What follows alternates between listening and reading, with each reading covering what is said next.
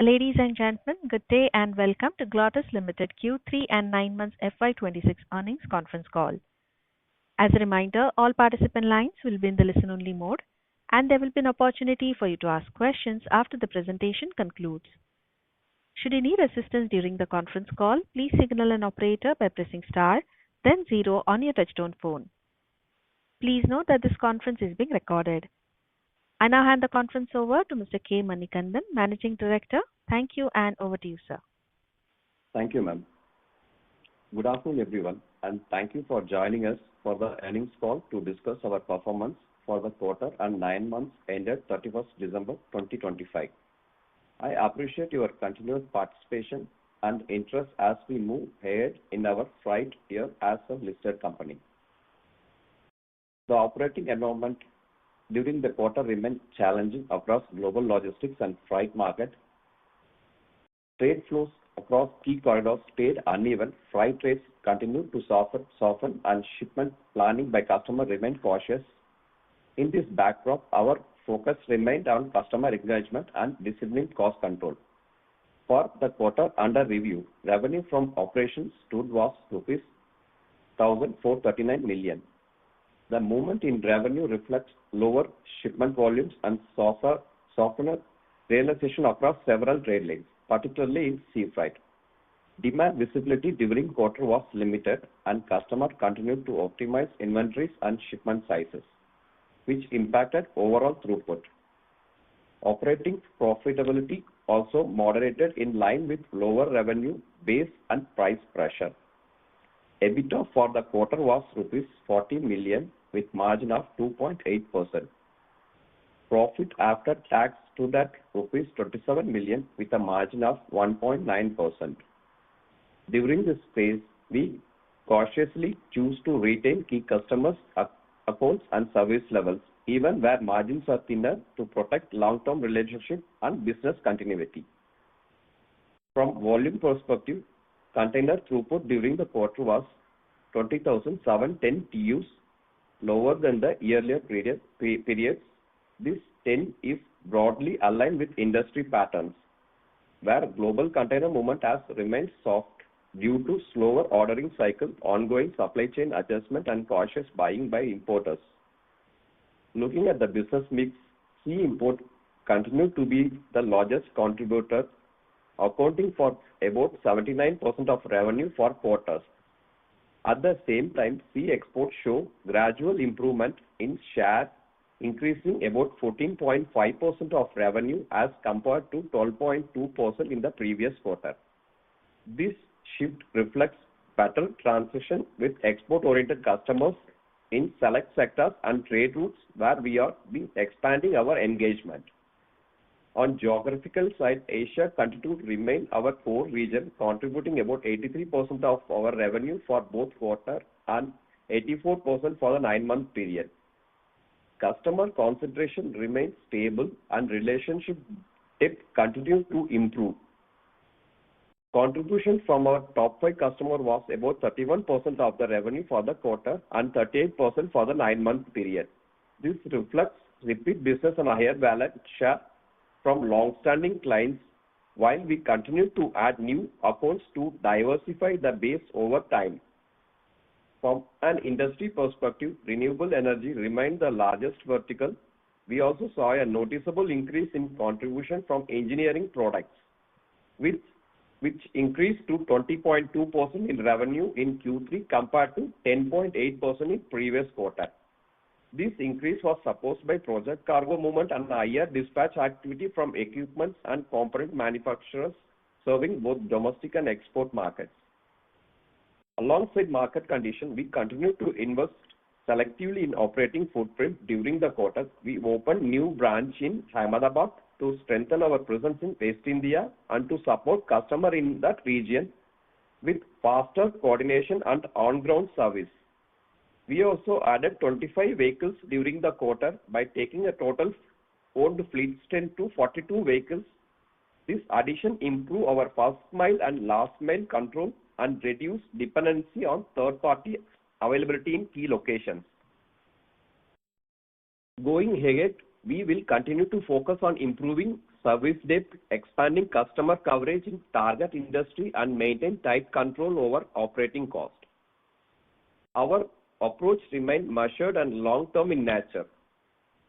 So I also request all the investors to look into long-term perspective instead of the quarter-wise. I would also like to thank our customer for the continued support, our employees for the consistent effort, and our shareholders for the support. With that, I now hand over the call to Deepti to walk you through the financial details. Thank you. Thank you, sir, and a warm welcome to everyone on the call. I will now take you through the financial and operational performance for the quarter and 9 months ended 31st December 2025. Starting with the top line, revenue from operations for Q3 FY26 stood at rupees 1,439 million, while for the 9 months period, it was rupees 5,267 million. On the profitability front, EBITDA for Q3 was rupees 40 million, reflecting an EBITDA margin of 2.8%, and for 9 months FY2026 was rupees 390 million with a margin of 7.4%. Profit after tax for the quarter was rupees 27 million, and for the 9 months period, PAT stood at rupees 270 million, resulting in a 9-month PAT margin of 5.1%. Now, turning to operational metrics, TEUs handled during Q3 FY26 were 20,710. For the 9-month period, the total TEUs handled were 67,742.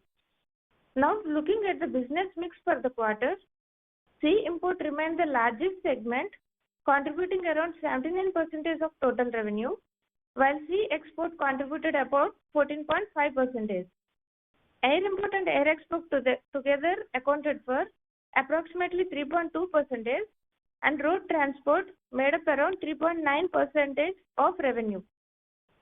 From a geographic perspective, Asia continued to be the primary contributor, accounting for around 83% of revenue in Q3 and about 84% for the 9-month period. North America contributed about 8% in Q3, followed by Europe at around 5%, with the balance coming from Africa, South America, and Australia. Regarding customer concentration, revenue from our top 5 customers during Q3 was rupees 438.9 million, contributing 30.5% of total turnover. For the 9-month period, revenue from the top 5 customers was rupees 1,976.3 million, representing 37.5% of total turnover. From an industry vertical perspective, renewable energy sector accounted for about 32.7% of revenue, and engineering products contributed about 20.2% of revenue for the quarter. For the 9-month period, renewable energy contributed 41.4% of total revenue, followed by engineering products at 13.7%, consumer durables and home appliances at 9%, and minerals and granite at 6.4%. In summary, while the quarter reflects a relatively soft operating environment, our cost structure remains aligned with business volumes, and we continue to maintain financial discipline and working capital control. With that, I conclude my remarks and request the operator to open the floor for questions. Thank you very much. We will now begin the question and answer session. Anyone who wishes to ask a question may press star and 1 on their touchtone telephone. If you wish to remove yourself from the question queue, you may press star and 2. Participants are requested to use handsets while asking a question. Ladies and gentlemen, we will wait for a moment while the question queue assembles.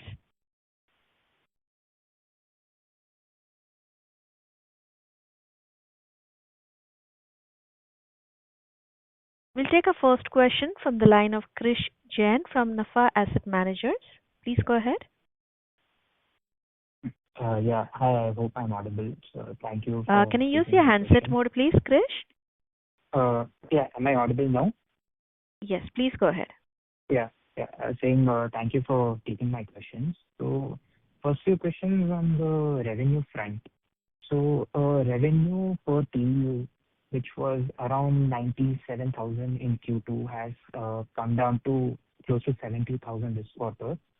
As well as coming to the revenue split, there has been a sequential drop of 35% in ocean freight import revenues as well as the Asia geography, and also a sequential drop of 50% in renewable energy and from the top five customers. So I'd like to get your thoughts on that. And also, it would be great if you could quantify the TEU drop as well.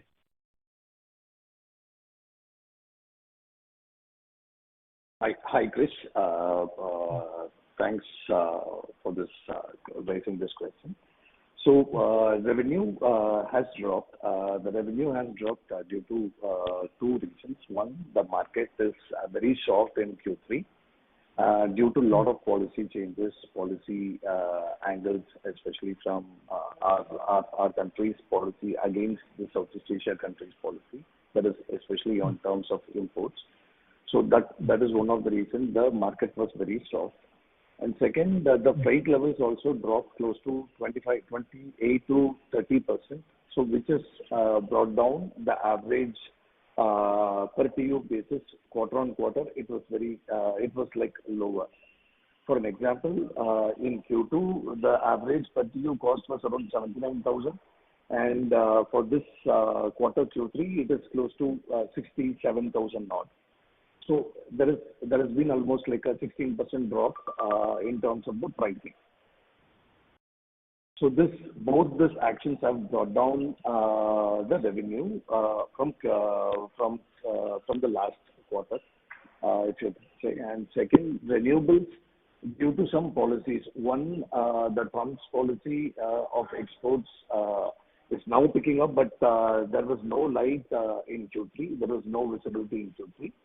And this has brought down this import because a lot of manufacturing were happening and exports were happening to US also for domestic. So due to this policy kind of fluctuations, especially from US, every manufacturer was very cautious on piling up their raw materials. So this brought down the volume, especially on the renewable sectors.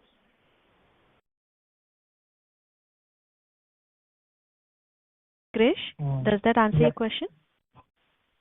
Yes, that.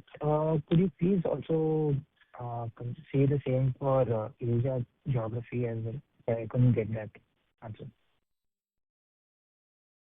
In terms of China, still we used to do the major movements from China, Malaysia, Vietnam, Thailand.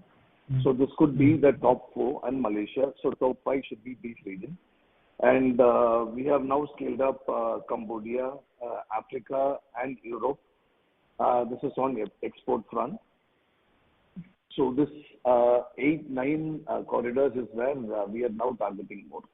This, especially Q3 revenues have built up in this 7 to 9 countries. Sure, sir.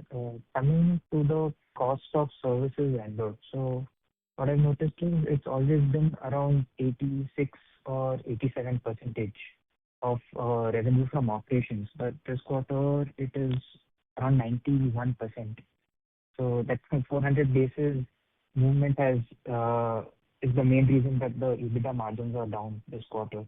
If you could explain what is the reason for that.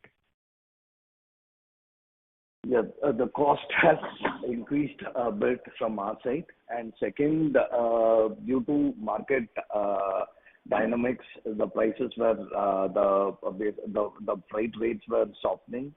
We also wanted to maintain our existing customer base, so we don't want to miss out any of our customer base. So we wanted to play it very soft, especially in Q3. So we just we went with the wind. We didn't go against the wind. We went with the wind. So that's one of the reason there is a big drop in Q3, which you could see. Sure, sir.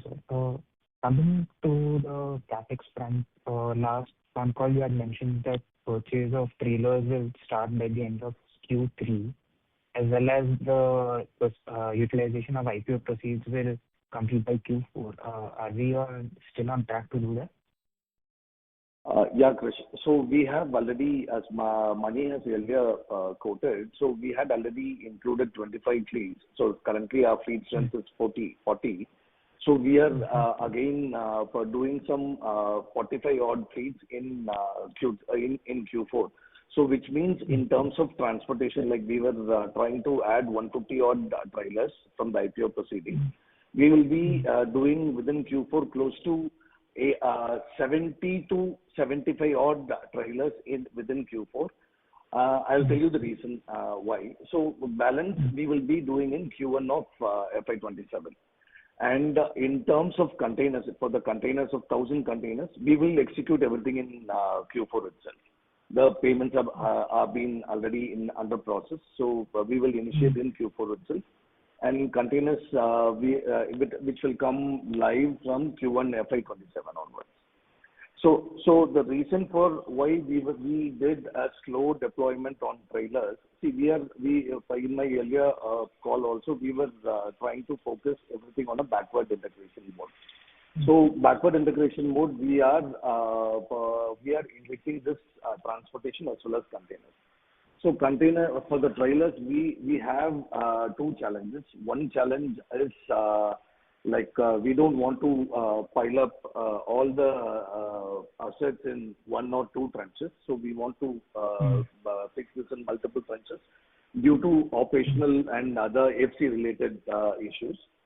And second one is drivers, because availability of drivers is scarce, but we have identified drivers, and what we are trying to do is we are giving a quality training for all our drivers. It is almost like 1 week to 15 days, 1 to 2 weeks. So this training session also, we don't want to keep our vehicles idle. So we are like doing this training on a batch by batch basis. So that's one of the reasons why we have deferred this 60 to 70 odd vehicles to Q1 of FY27.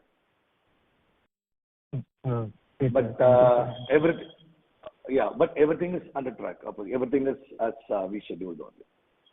Okay. Sure, sir. On the same track, so all these CapEx purchases will obviously increase our depreciation.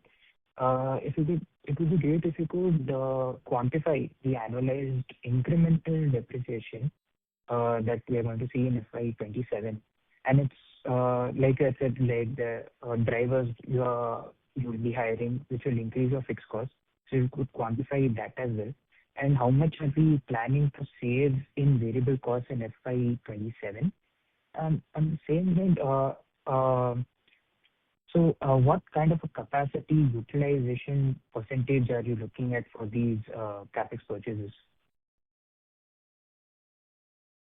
Krish, I'll go one by one. So let me just take assistance from DP for the depreciation mode for FY27. DP, can you just throw some light on it?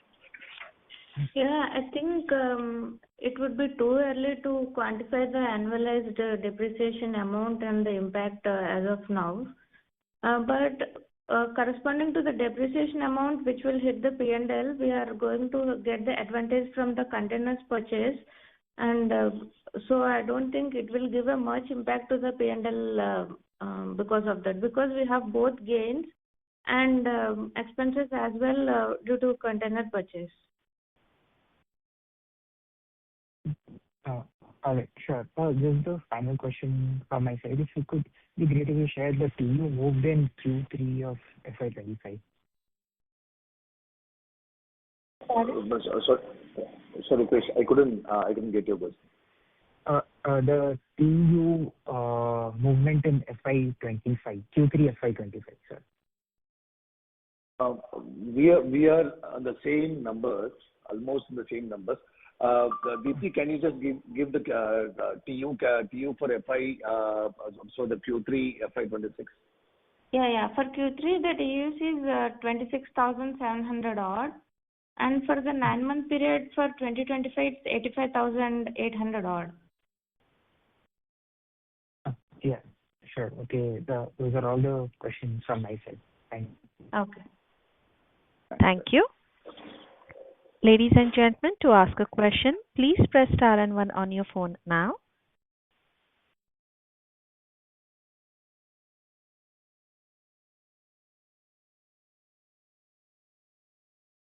We'll take our next question from the line of Bharat Joshi, an individual investor. Please go ahead.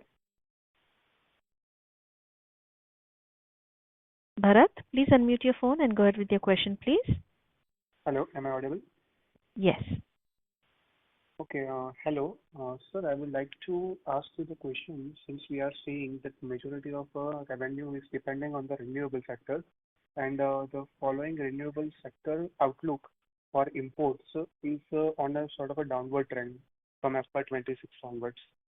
So what are the, can you just throw some light on that? Sir, as you said, earlier till FY24 and FY24, FY25, due to government policies for renewables, import of finished solar modules were being imported and being allowed into India without any hiccups.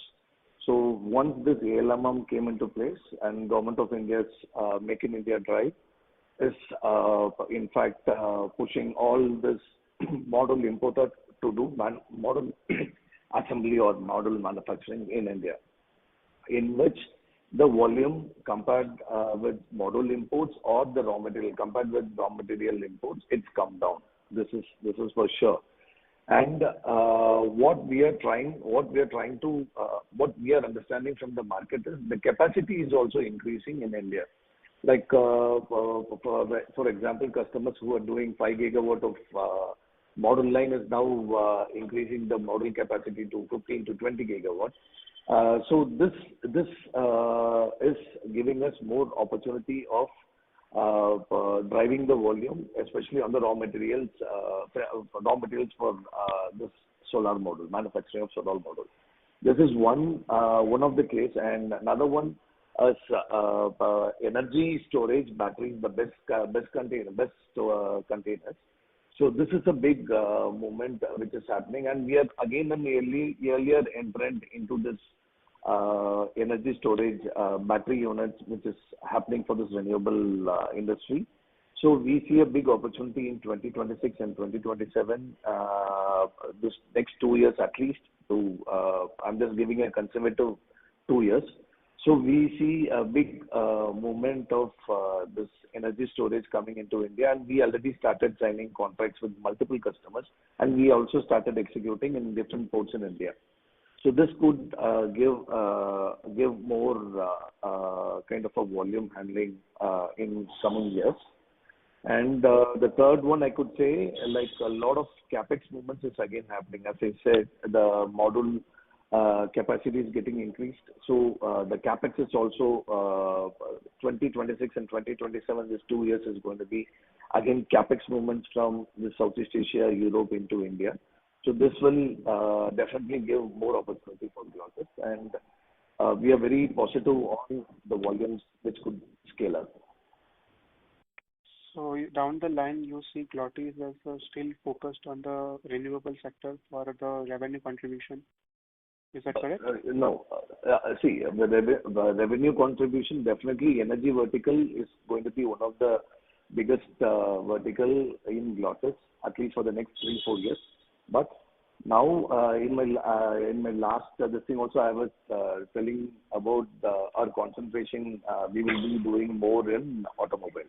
So we have signed few contracts with top automobile players, and we are executing this auto in a big way in Q4. So this auto spread will have a big growth compared with FY25. FY26 auto growth would be higher. Apart from auto, we will be doing engineering and pharma, other 2-3 pharma and rubber. This 3 to 4 verticals we have already identified, and we have quantified some sizable customers in Q3 and Q4. So this could give a backup of solar, this renewables. But having said that, renewable is going to be a major movement for next 2 years. But our focal will remain spreaded. So which means like we will be concentrating down the line, we'll be concentrating more on automobile, energy, and pharmaceutical. So I think so we will be getting that synergy from Europe that EU has done for the automobile sector. Can you Yes. like share the early numbers for Q4? So half of the quarter four is already completed. What are the trends? Are they soft like Q3 or what's the trend will be like? Can you sort of throw some color on that, please? So this we could take an offline call, but I could say Q4 would be very positive, and company is very bullish from Q4 onwards. Okay. And moreover, can you give an outlook for FY27? I know it's a bit early, but still on the sort of that in, integration of backward integration that we have been talking about. And so we are shifting towards asset heavy model, right? So can you just show some color on that incremental cost which we will be facing? But we are deploying assets in FY26 and FY27 Q1 combined close to 130 odd crores, especially on trucking and transport and containers. So this will give significant growth, especially one in terms of revenue model, especially on the trucking. And it will also bring down the cost when we deploy this containers, which we buy. It will bring down the cost, which can increase the profitability. So the margins, what we are currently in 9 months, combined 9 months, I think our EBITDA is close to 9 odd %. So we are very, very positive going on a double digit. Okay. And during the quarter we opened one new branch. May I know where it is located? And on that note, can you give a bifurcation of where the branches all over are located, the 9 branches? Okay. The branch, currently we have opened the branch in Ahmedabad. So Ahmedabad, we have a operating office which is based out of Gandhidham. So this Gandhidham branch is almost like 6 to 7 years we have been operating Gandhidham branch. We thought like we have to actively focus on Ahmedabad and Surat belt, where we have a lot of exports as well as import opportunities. So we have, that's one of the reasons why we thought like strategically we thought Ahmedabad could be the right choice to set up a sales office, sales team. This could cater a big size of customers, both in terms of exports and imports. And our other branches are, as I said, in Gujarat, we have 2 branches, Gandhidham and Ahmedabad. Then we have a branch at Delhi. We have a branch at Kolkata. We have a branch at Bangalore. We have a branch in Coimbatore, Tuticorin, Cochin. So these are the branches currently we have. And we will keep adding more because we are identifying more promising areas. So we'll keep adding more in coming And quarters. to add, sorry to interrupt, to add to Ram's point, and Mumbai is also one more branch we have. Mumbai, yeah. Okay. Okay. One last question from my side. The TEU numbers, like last quarter, we have been said that the TEU numbers will be more or less equal to the FY25 numbers for FY26 as well. So that will make a sense if we are like say 44,400 some odd TEU numbers will be pushed in the Q4. I don't think that's viable, but just can you throw some color on that? In terms of TUs in FY25, we did around 12,800 odd TUs. So as such, 9 months we stand around 85,000 TUs, which is short of like 25,000 TUs, which could be the target to achieve at least Q5, that is FY25 numbers, TUs, in terms of TUs. So out of 25,000 TUs, we are very bullish in this quarter, and we are very positive achieving at least close to that. The market is very soft, but we are still focusing more, and customer bases have increased.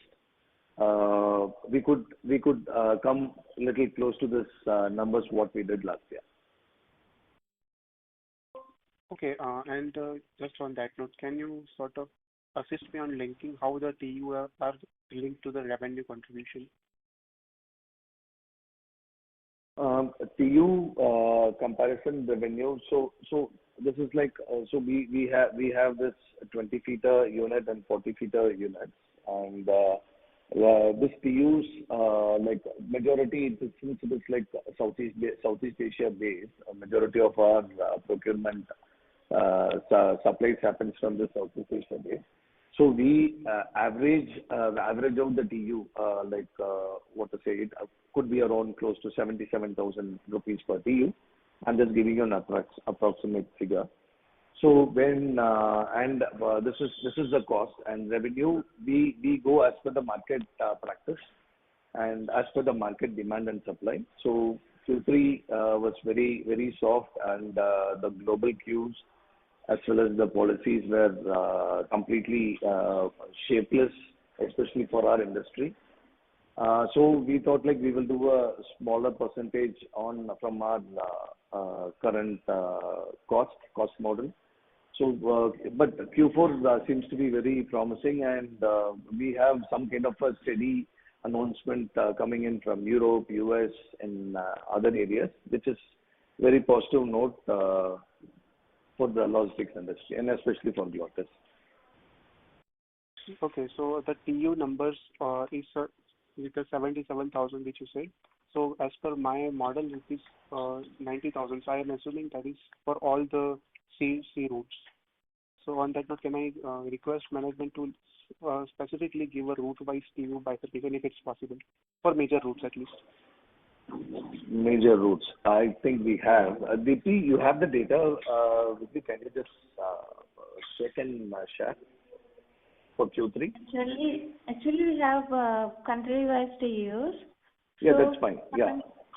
coming to the top 5 contributors, as Ram sir have discussed, China this quarter we have made around 7,900 odd TUs. With Vietnam we have made 3,600 odd TUs. Indonesia close to 2,000 TUs. Malaysia approximately 1,600 TUs, and United States around 1,300 TUs. These are the top 5 nations which have contributed to the most of the TUs in this quarter. Okay, and the revenue derived from them are based on the distances of the routes? No, it will not based on distance. It is based on the services and the vessel availability and the route model. Okay, no problem. May I request that from next quarter onwards, can you also provide this data as separate? Sure. So you want to have some idea based on the route wise, right? Route wise, like maybe we can just give intra-Asia as one particular bucket, and Europe as second bucket, and Med as a third bucket, and fourth bucket could be US. Yes, that will assist in the revenue model. Thank you. Sure, definitely. We'll take a note. We will just give you TU wise and TU wise average cost also in this particular way. That will be right. Thank you and best of luck. Thanks. Thank you.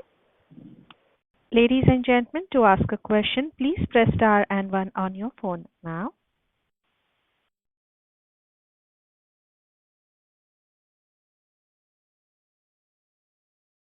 Participants who wish to ask a question are requested to press star and 1 on their phone.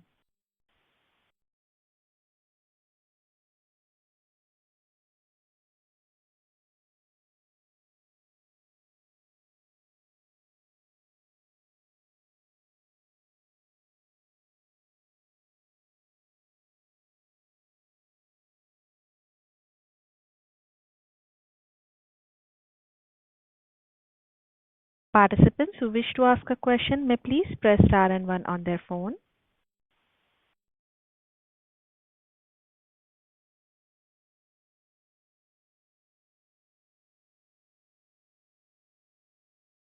As there are no further questions, I would now like to hand the conference back to Mr. Ramkumar Senthilvel, Managing Director, for closing comments. Over to you, sir.